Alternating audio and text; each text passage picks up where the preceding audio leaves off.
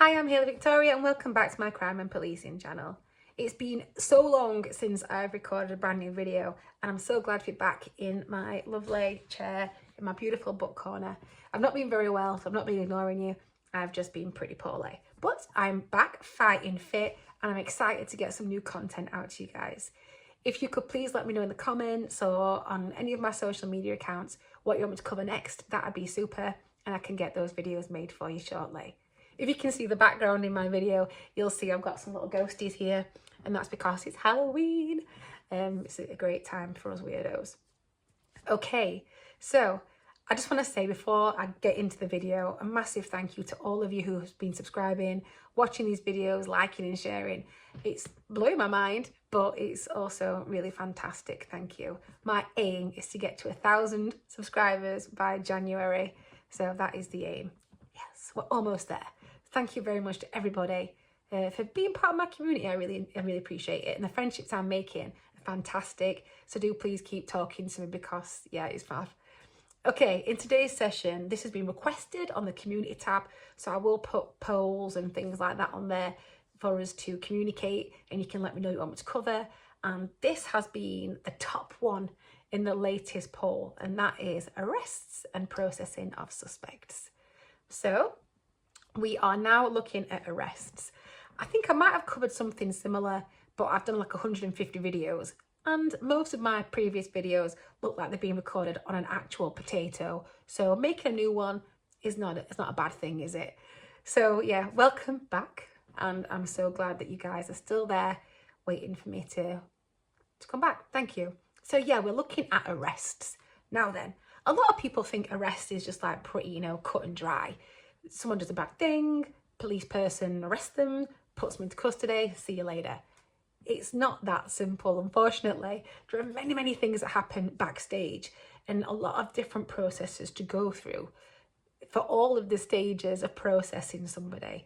So whether that be the initial contact with a suspect, the arrest, the detention in custody, processing through custody, then obviously you go to your court side of things and whatever happens after that. And a multitude of scenarios can happen.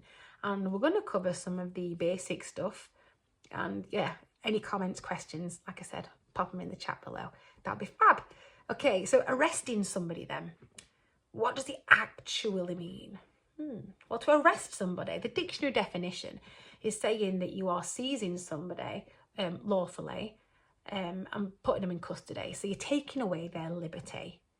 Alarm bells should be ringing for you right now because you're engaging in Article 5 of the Human Rights Act. Article 5 is that everybody has a right to liberty. You can't just go arresting people willy-nilly and taking away their liberty. You can't just deprive someone's liberty of them for doing something perfectly innocent. You need to make sure if you're arresting somebody, if you're taking away their liberty, you've got a good reason to do so. And thanks to PACE, the Policing Criminal Evidence Act of 1984, they've outlined some really good things to help you make sure you're doing the right thing. And also, arresting somebody is not always the right course of action. Yes, somebody might have committed an offence, a minor offence, but there could be something else you could do instead of arresting somebody, a different way of processing somebody. You could give them a penalty notice for disorder, for example, like a fine for having a pee in the street. Lots of things you can do. And you've got this whole toolkit at your disposal when you are a police officer. Okay, so remembering that at the heart of everything you do is the code of ethics. So it doesn't matter whether you're at South Yorkshire, West Yorkshire, the Metropolitan Police, wherever you are, you should all have a strong moral compass, and the code of ethics slips bang in the middle of that. It should be kind of like the thing that your intrinsic motivation should be, this code of ethics. And around that, we've got this fabulous model called the National Decision Making Model. And that's something we've got a whole video on. And that's all about gathering info and intel, considering your options, contingencies, powers and policies. It's all in there. And that just helps you formulate the right chain of thought, looking at you're assessing your risks and your threats and making sure the things you're doing are what's right for everybody, the suspects, the potential victims, everybody. But to remember as well that although, you know, the media, Netflix and things like that are obsessed with these massive crimes, these serial killers, these really gruesome tales, most of the crimes are not like that. It's like shoplifting, vehicle offences, the smaller offences, and yes, there are victims attached to these, but it's not all this horror show that you see on Netflix and stuff all the time. You get thousands and thousands of crimes coming through the systems every day, and they're not all the major crimes. A lot of them are just these low-level crimes, which still impact people, by the way, criminal damage and things like that. I'm sure most of you people watching this right now have been a victim of crime. I know I have multiple times, because, you know, people suck. And yeah, I've been a victim of that, and it can be horrible. Even little things like criminal damage can really impact people. I had my car when I lived in a different city, or a different town, it wasn't a city, and someone found out I worked for the police because they saw me coming out of the police building. Oops. And then I got targeted after that, and I had my window, people throwing rocks at my windows. I had my car indicators broken. I had my car, someone was like, there's footprints on the bonnet. It was bad. Someone put a brick through my fence, and that stuff can really impact you. It really can. It doesn't matter how vulnerable or strong you consider yourself to be, these things can really impact you. But yeah, there's lots of different crimes anyway, and you can process these all differently. As you know, different crimes attract different types of processing in courts. So it could be that it's a summary offence. That's, you know, a lot of your driving offences are summary offences, and that's where you just go to the magistrate's court. Then you have your either way offences, and that depends on the severity of the crime, whether that sits at magistrates or Crown. Criminal damage is a good example of an either way crime. And then you have your indictable offences, and they are the big offences that will only ever be sat at the Crown Court. And they're things like murder and robbery, things that involve a lot of violence and, you know, a big impact on victims. So they're the different types of crime, different streams. There are so many in the either way bracket because of the fact that depending on the severity, depends on where it goes. Every crime is different, and I've mentioned that before. Every criminal is different, and how you process everybody should also be different. It should be individualised to the crime itself. You might have got someone who makes a completely stupid decision, which could count, it really could count for the rest of their lives, and it could be something you could sort out in a different way, which won't go on their records. One of my colleagues, before I left my previous role, had a junior doctor acting like an idiot in town, and could have quite easily had a public order offence attached to their record, but they used different disposal methods and got that person sent home with their friends to think about what they'd done. And they didn't have that on their record because they wouldn't have been able to continue with their chosen career path had they been arrested for their stupid behaviour on a night out. There has been other people though, another junior doctor, Sheffield's full of junior doctors, who did something atrocious in a city centre. He peed on a memorial, not realising it was a memorial apparently, but it's a giant war memorial. And they couldn't continue their studies because obviously that's a massive offence of, like, you know, public decency. Anyway, back to arrests and disposal methods. There are lots of things you can do, and before you do anything, just consider about the impact that their behaviour has had on everybody, society, themselves, you, the public, everybody. Think about the impact that they've had, and you've got to be totally justified in taking away someone's liberty. It's got to be the right thing to do. It's got to be proportionate. And there's a little mnemonic I'm going to go through in a little bit with you. You've probably heard it before. But before we get to that, let's have a look at some of the other disposal methods in your toolkit. So you could do nothing. It's always an option. You could just do nothing. It's not great to do nothing, and the public really don't like to see you doing nothing if something is happening.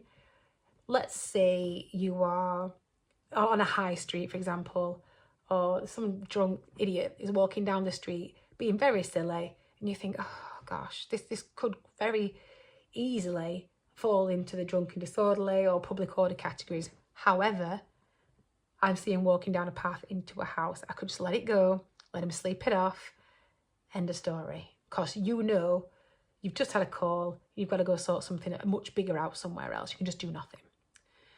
You could give them a verbal warning. You could be like, look, you're keeping everybody awake. You're acting like idiots. You've got a lot of vulnerable people around here. They don't want to listen to you and your dirty songs walking down the street at night. Please go home. Give them a verbal warning. You could report them on summons. You could give them a penalty notice for disorder. You've got fixed penalty notices for driving and things like that as well. It could be a community resolution. There's lots of things you can use, and discretion really is your tool to use. You have that discretion about making the right choice, and that all comes to that national decision-making model. Is the right choice for you to use your discretion, give them a warning, and let them go on their way? Is it a different method? If you've watched my traffic videos so far, you'll remember a story I told you where somebody didn't have the seatbelt on. They were given a warning by an officer to put the seatbelt on next time. Got stopped by the same officer the day after. Will you please put your seatbelt on? And then he was in a car crash the day after that, and the police officer attended and was like, I did tell you to put your seatbelt on, didn't I? And that kind of just served its own justice. There you go. And he also obviously did get a fine after that and told off. And that person had a lot of points on their licence. I don't know how they're still driving, in all honesty. I think they're like maxed out any more offences and see you later. Anyway, so before you go down any route of arresting somebody or even giving them like a penalty notice for disorder, you've got to try something called PAW. And I think I've mentioned this before, and this is mega old. This is something that I find in my old antique police books. And this is persuade, advise, and warn. You're giving them 3 chances. 3 chances to pack it in and to stop whatever behaviour it is and move on. It could be something as daft as someone has chucked some litter in the street right in front of your face. You're like, look, it'd be much easier for me and for you if you just pick up that and chuck it in the bin. Nobody wants to see this, I don't know, dirty magazine on the floor. You near a school, put it in the bin or take it home with you. If they're like, you take it home with you, you put it in the bin, be like, right, okay, I'm advising you now, what you're doing is an offence. And if you don't put it in the bin, then, you know, it might lead to other consequences. If you're getting in trouble, you know, getting a fine, maybe even a criminal record. You don't really want to do that. Just put it in the bin or take it home. And if they still don't want to do it, then you got to warn them. Right, I'm warning you now. You know, I've tried to persuade, we've tried to discuss this, haven't we? I'm warning you now, if you don't pick it up, take it with you or put it in the bin, you're going to get in trouble. We're going to have another different kind of conversation where you either get a fine or even worse. So please put it in the bin or take it with you. And if they don't, then it's up to you. Then it's time for, right, you're going to get a fine or, right, I'm arresting you on blah, blah, blah. Whatever it is they're doing. So when we come to actually doing that then, there are certain things you have to say to make things lawful. You can't just grab hold of someone, slap some cuffs on them and chuck them into a car. That's not what you do. That's when you get like complaints. Yeah. Handcuffs as well can really hurt if you don't put them on correctly. There's a little bit in your hand, like here, where you want to put them, if you have a little feel. You don't want to put them on a hard part because that can really hurt you. When I was in training, right, for a few years, and quite a lot of my little police officer buddies are on here who I trained, and if you don't get cuffed properly, it can really hurt, especially when they do it behind your back, and you're just like, ugh, and you've got to say, stop, stop, stop, and they'll stop doing it. But yeah, there's a little bit on your hand where it makes it quite easy and less painful. Anyway, so yeah, before you slap the cuffs on and do all that, you've got to make sure you do other things first. And you've got to tell them that they're under arrest, right? It sounds obvious, doesn't it? It sounds massively obvious, but sometimes people don't tell them. You have to tell them that you're arresting them. So I'm arresting you on suspicion of. Then you give them the crime that you're arresting them on suspicion of. You reasonably believe or suspect that they've been involved in that crime, okay? You can't just arrest them for nothing. I'm arresting you on suspicion of, I don't know, burglary. Your arrest is necessary because, And that's when you tell them the necessity criteria for burglary. It might be something to prevent further loss or damage and to effect a prompt and effective investigation. And then you've got to give them your caution.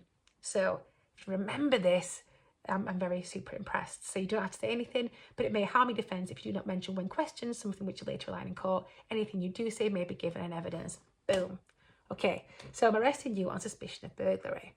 Then you might want to slip in your caution then, because what you don't want to do is you've got to give them the caution, because if they say something after your caution, you can capture it as evidence. Prior to giving them the caution, they can't. But also, you want to caution them before you start searching and stuff like that. So if you want to watch the section 1 search video that goes through all that and stop search things. So you might start off with the I'm arresting you on suspicion of burglary.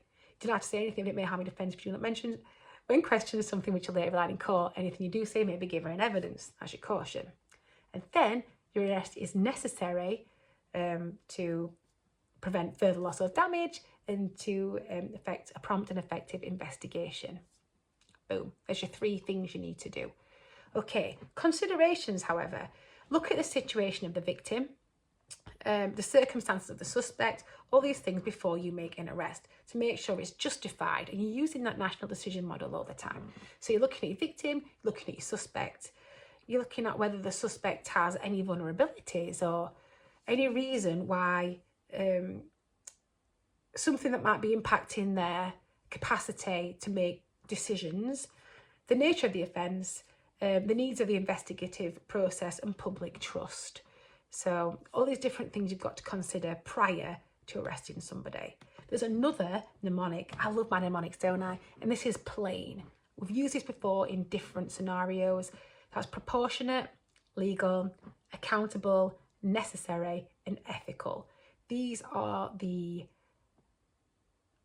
things that underpin a proper arrest. So arresting someone, taking away that liberty, has to be proportionate in relation to what you're dealing with. If someone has dropped a crisp bag in the street, there are other ways to dispose of, other disposal things you can use rather than locking somebody up. So is it proportionate? Is it legal? Have you got a legal power to do this in the circumstances? Because when you get to custody, if they think it's nothing, they're not going to accept that person into the cells. They're already busy. They don't want some non-offence in there. Accountable, as your accountability for this offence, are you able to justify your reasons? Is it necessary? And there are a number of necessity criteria I'll go through. And is it ethical? Remember, the code of ethics sits at the heart of everything you do as a police officer. So let's just look at a common scenario from Blackstone's policing. I love Blackstone's policing. I don't know why these guys don't send me free books. Come on, Blackstones, do the right thing. So here's a scenario. There is a teenage person, say a 13-year-old person, has just chucked some litter on the park. And there's been plenty of complaints about this. And, the public in the area like, this antisocial behaviour is terrible. It's, trash everywhere. And there's lots of complaints from the local community about the state of litter and stuff in the area. Now then, let's apply the national decision model. And in fact, let's look at plain. Would it be proportionate to arrest this 13-year-old child for chucking a crisp bag on this public space? Probably not. I mean, let's look at some considerations. So the age of the offender, the 13. The level of offence, it's a crisp bag. And, they've not got any previous convictions or anything. Do you really think this is proportionate for what you're looking at? Probably not. Okay, so that's our proportionate. Legal. Do you have a legal power? Yeah, maybe you do. Look at that in a bit. Accountable. Can you justify taking away this 13-year-old liberty for throwing a crisp bag on the floor? Is it necessary? It's a 13-year-old. It's a very minor offence. Is it necessary to take away their liberty, take them into custody for a crisp bag? And is it ethical? What would the public think about seeing you, an adult, because you have to be adults to be police officers, taking away the liberty of a 13-year-old because of this offence? So have a think about all that kind of thing. And just, it's not like a trick question. Have a think about it and let me know what you'd do in the comments. Would you arrest that person, or would you look at a different disposal method? Obviously, this is when you start your persuade, advise and warn, innit? Pick it up, chuck it in the bin, take it with you. I don't mind, just don't leave it there. So then you do your persuade, advise and warn, and hopefully they pick it up and chuck it in the bin. Or even better, some kind of recycling, because come on, sustainability is the future. Okay, we're going to look at section 24 of PACE. The PACE Act is amazing, honestly. It's just paved the way for, you know, ethical policing for years, since 1984, funnily enough. Now then, 24A of PACE is all about any person powers. Interesting, right? Let's read this from legislation.gov.U.K. A person other than a constable may arrest without a warrant anyone who is in the act of committing an indictable offence, anyone who they have reasonable grounds for suspecting to be committing an indictable offence. Where an indictable offence has been committed, a person other than a constable may arrest without a warrant anyone who is guilty of the offence, anyone who they have reasonable grounds for suspecting to be guilty of it. But the power of summary arrest conferred by these sections is only exercisable if the person making the arrest has reasonable grounds for believing that, for any of the reasons mentioned in subsection 4, coming to that, it is necessary to arrest the person in question, and it appears to the person making the arrest it's not reasonably practicable for a constable to make it instead. So those things are causing physical injury to themselves or somebody else, suffering physical injury, causing loss or damage to property, or making off before the constable can assume responsibility for them. Interesting, right? Now, section 24, subsection 1 of PACE, as a constable. To you guys. All right, so we are looking at, I'm going to read it again from legislation.gov.U.K. Legislation.gov.U.K is a fantastic tool if you're learning law, policing, anything in criminal justice, because it's always updated. So it says here, this was updated on the 29th of September 2022. That's mega recently. It's not even a whole month away. Arrest without warrant, constables. The constable edition. A constable may arrest without warrant anyone who is about to commit an offence, anyone who is in the act of committing an offence, anyone who they have reasonable grounds for suspecting to be about to commit an offence, anyone who they have reasonable grounds for suspecting to be committing an offence. So, if a constable has reasonable grounds for suspecting that an offence has been committed, they may arrest without a warrant anyone who they have reasonable grounds to suspect of being guilty of it. If an offence has been committed, a constable may arrest without a warrant anyone who is guilty of the offence, anyone who you have reasonable grounds to suspect is guilty of the offence. Reasonable grounds. You've got to have reasonable grounds, you can't just guess. Okay, the powers of those I've just mentioned is exercisable only if the constable has reasonable grounds for believing that for any of the reasons mentioned it is necessary to arrest the person in question. And these reasons are: to enable the name of the person in question to be ascertained. This is your necessity criteria now. In the case where the constable does not know and can't readily ascertain that, or you think the name they're giving you is poo-poo. So the person's address, to get the address. If they're not giving you the right address and you want to give them, you know, a ticket or something, a notice, then you can't send that to their house if they're not giving you a real address. They don't live at Buckingham Palace, guys, and the name is not, I don't know, Mr. Sausage or whatever they're calling themselves. Make sure it's a proper name and address.